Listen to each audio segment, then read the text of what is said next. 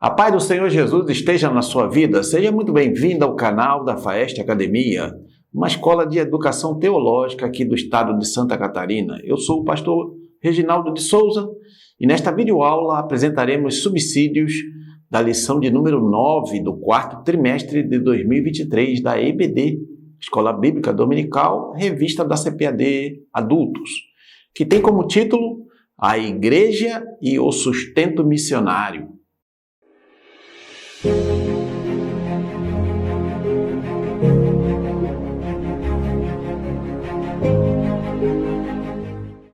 Antes de começar essa videoaula, não esqueça de deixar seu like, inscrever-se no nosso canal da Faeste Academia e na descrição desse vídeo você vai encontrar um link para obter maiores informações sobre os nossos cursos de teologia, curso básico, curso médio e cursos livres na área teológica para abençoar a sua vida. Também temos links para você adquirir as obras que são citadas pelo comentarista da lição. E fazendo isso, você nos ajuda a prosseguir neste ministério de ensino da Palavra de Deus. O textuário diz assim: o meu Deus, segundo as suas riquezas, suprirá todas as vossas necessidades em glória, por Cristo Jesus. Filipenses 4,19. Verdade prática, o sustento missionário é um investimento espiritual que Deus acredita na conta dos doadores. A leitura bíblica em classe encontra-se na carta de Paulo aos Filipenses, capítulo 4, versículos de 10 a 20. A introdução diz assim: o propósito desta lição é estudar de maneira bem específica a respeito do sustento financeiro da obra missionária no cenário atual. Iniciaremos o nosso estudo a partir da porção bíblica de Filipenses 4, de 10 a 20. Em seguida, destacamos alguns princípios básicos à luz de Filipenses. Finalmente, faremos uma comparação entre o entendimento da igreja de Corinto e o da igreja de Filipos a respeito da consciência do sustento missionário, enfatizando a importância de reconhecer o sustento financeiro da obra missionária como um dever dos membros da igreja local. Que tenhamos o perfeito entendimento de que investir financeiramente na obra missionária é ajuntar tesouros na eternidade. Tópico 1. A igreja de Filipos e o sustento missionário. Subtópico 1. Paulo e a igreja de Filipos. O texto de Filipenses 4, 10 a 20 mostra que o apóstolo Paulo aceitou a oferta dos crentes da igreja de Filipos, que foi entregue voluntariamente ao apóstolo, de modo que serviu para o seu sustento. O apóstolo era um missionário que vivia por fé. No trecho de Filipenses 4, 10 a 20, vemos um obreiro que havia experimentado a abundância e a escassez na vida. Quando estava a serviço do Sinédrio, ele tinha uma vida mais abastada.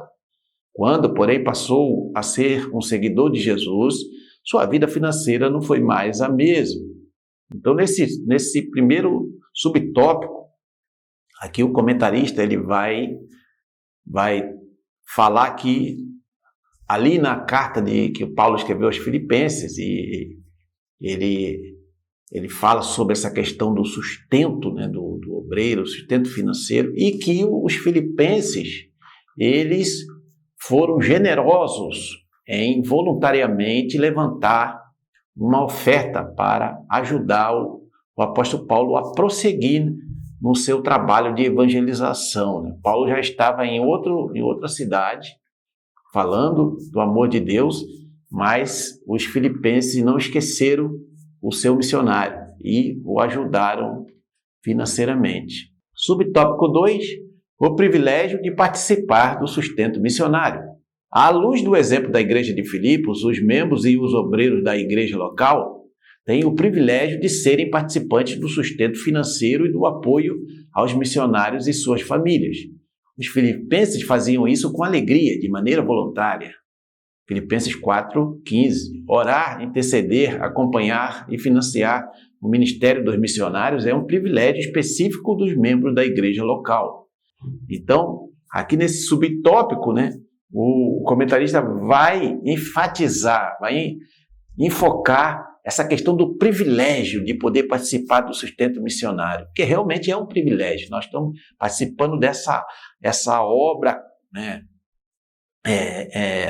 nacional, internacional e até, por que não dizer, até, né, global, que é justamente a evangelização do mundo, levar as boas novas de salvação em Cristo Jesus para todos os povos, tribos, línguas e nações. E quando nós participamos com as nossas ofertas e damos voluntariamente para ajudar no sustento dos missionários, né, isso é um privilégio que Deus nos concedeu.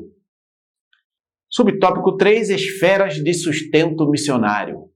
Quando uma igreja envia um missionário para determinado país, deve haver um planejamento financeiro que custeie alimentação, moradia, transporte e demais necessidades. É uma tarefa de grande responsabilidade em que, caso não haja o cumprimento rigoroso do sustento financeiro, o trabalho missionário pode ser gravemente comprometido.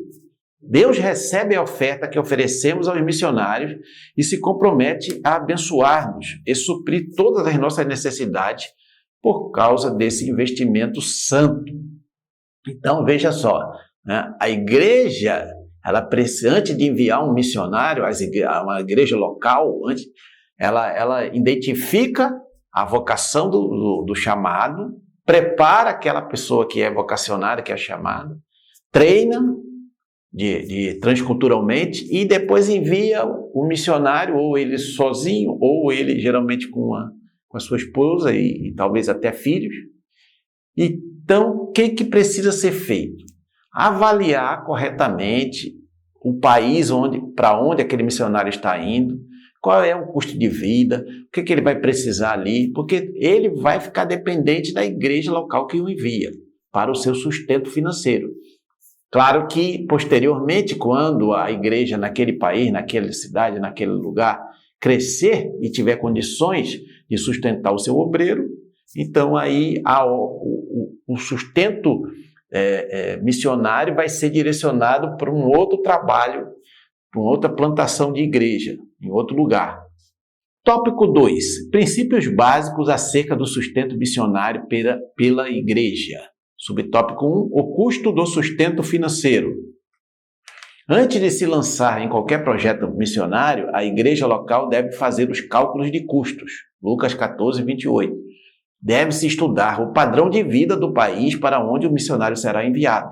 É prudente que, previamente, seja estabelecido um contrato entre a igreja e o missionário, estabelecendo um acordo com o missionário e sua família, antes do envio deles. Tudo deve ser feito com muita clareza e correção. A igreja local envia e assume a responsabilidade financeira com o missionário. Esse compromisso deve ser ajustado periodicamente, para o missionário sempre ter o sustento dele e da família. Isso respaldará a obra missionária até que esta adquira condições de se autossustentar e dar assistência ao obreiro. Então é preciso ali o departamento de missões, a liderança da igreja local, né, avaliar corretamente quanto é que vai custar. Não é assim enviar, achar que se vira o missionário e chega lá, arruma um trabalho. Não é assim que funciona. Então o missionário vai ali com essa única e exclusiva missão de pregar o evangelho, a salvação em Cristo. Então ele precisa desse apoio, desse sustento da igreja que o envia. É responsabilidade da igreja que envia o missionário sustentá-lo, ele e a sua família. Então, o que o comentarista vai dizer aqui? Né? Que esse compromisso de sustento ele deve ser ajustado periodicamente, porque a inflação vai aumentando os custos, né? E às vezes a pessoa chega num lugar, descobre que o custo é maior do que aquilo que eles tinham planejado, e etc, e etc. Então, isso precisa ser, né, muito bem observado pela igreja e a liderança da igreja local que envia o missionário. Subtópico 2, princípios básicos do sustento missionário. Com base no texto bíblico de Filipenses 4, 10 a 20, apresentamos alguns princípios básicos a respeito do sustento missionário. Vejamos. Primeiro, o suporte financeiro deve ser feito de modo organizado, sem ignorar a carência e as necessidades dos missionários no campo. Segundo, o sustento deve ser coletado nas igrejas e é entregue regularmente aos missionários de um modo eficiente e responsável.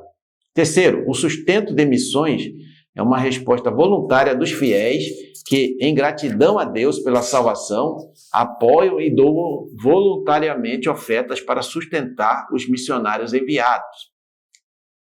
Quarto, o sustento deve ser mais do que o básico, deve ser amplo, de acordo com a natureza daquele trabalho missionário. Quinto, o sustento de missões deve ser feito de um modo constante e permanente. Ou seja, tudo que se faz na obra de Deus tem que ser feito com organização, planejamento e organização.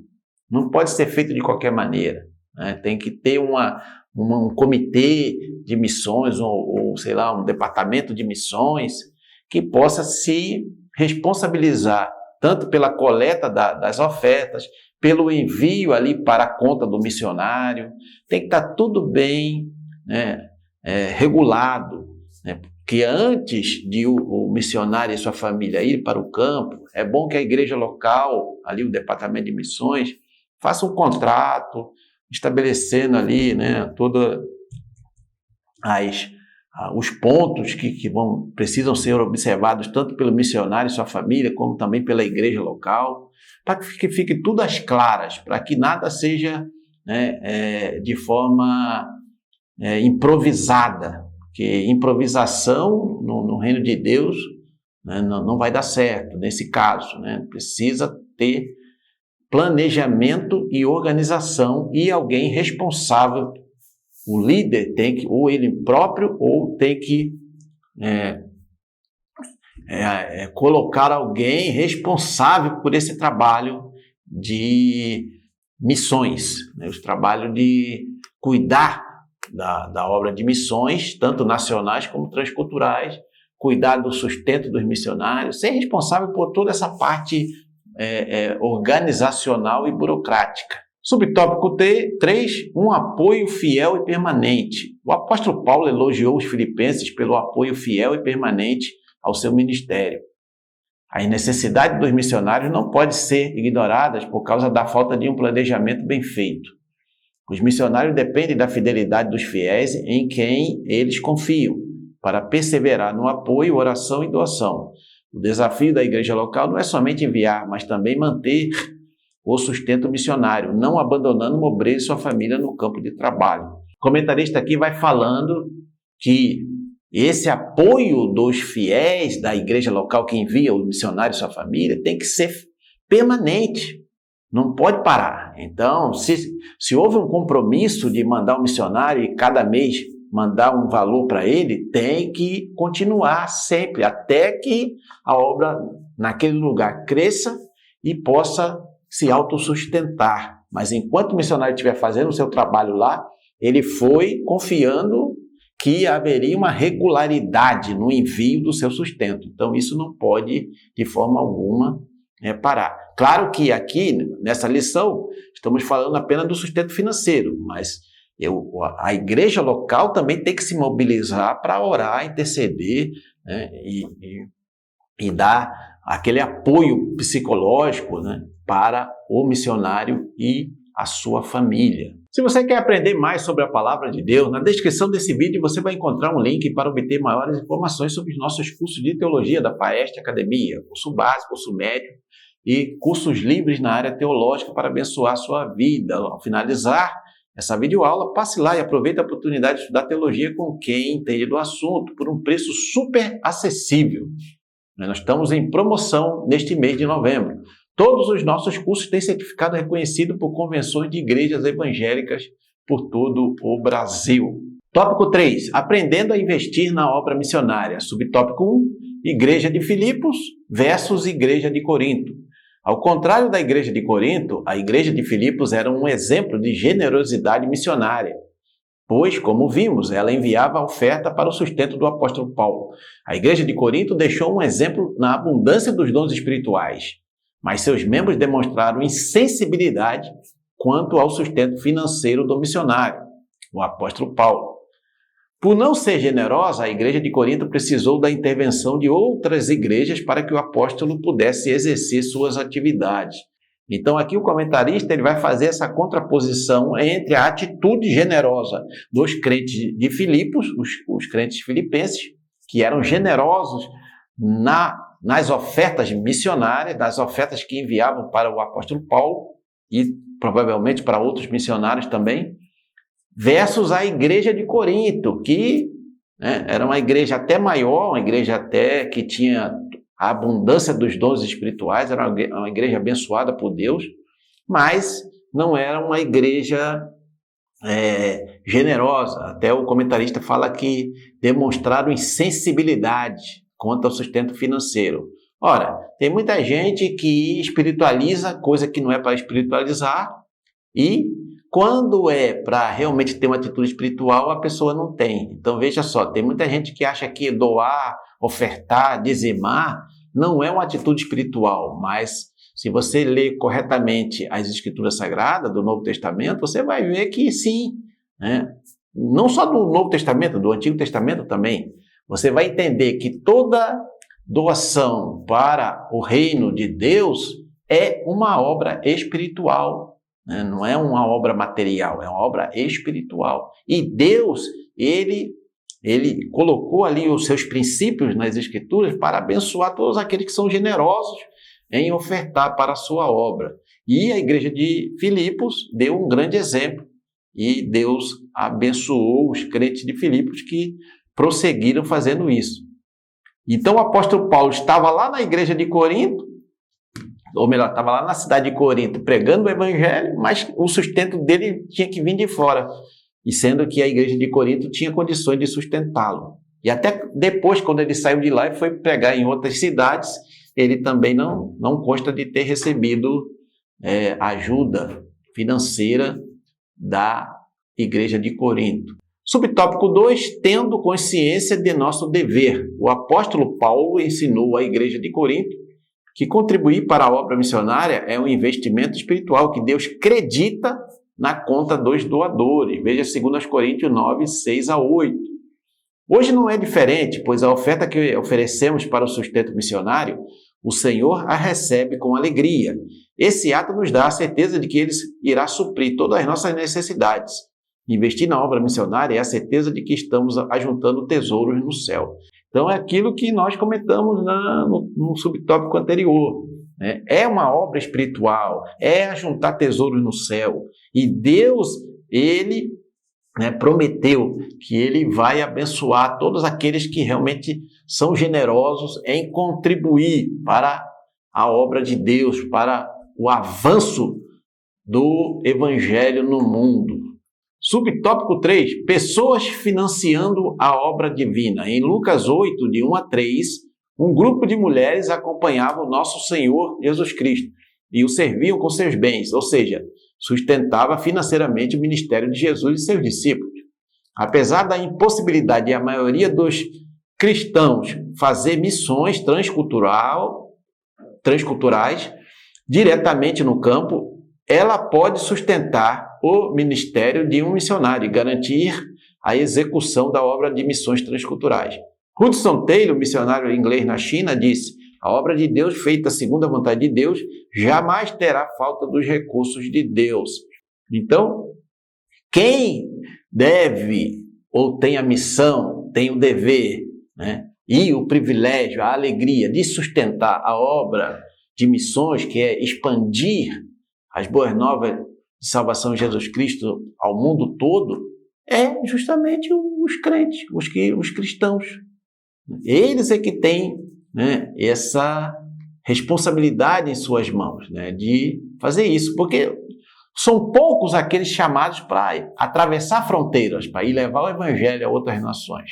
Mas todos podem participar orando, intercedendo e também contribuindo para a obra de Deus.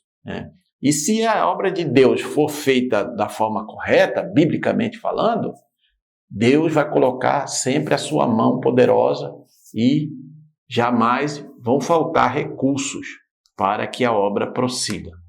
Muito bem, estamos chegando à conclusão. Se você está sendo abençoado ou abençoada por esta videoaula, não esqueça de deixar o seu like, inscrever-se no nosso canal da Festa Academia, compartilhar, comentar para que mais pessoas sejam alcançadas por essas videoaulas. Não esqueça também o link aqui na descrição deste vídeo para obter maiores informações sobre os nossos cursos de teologia. Aproveite para aprender mais da palavra de Deus com a nossa plataforma online de ensino teológico.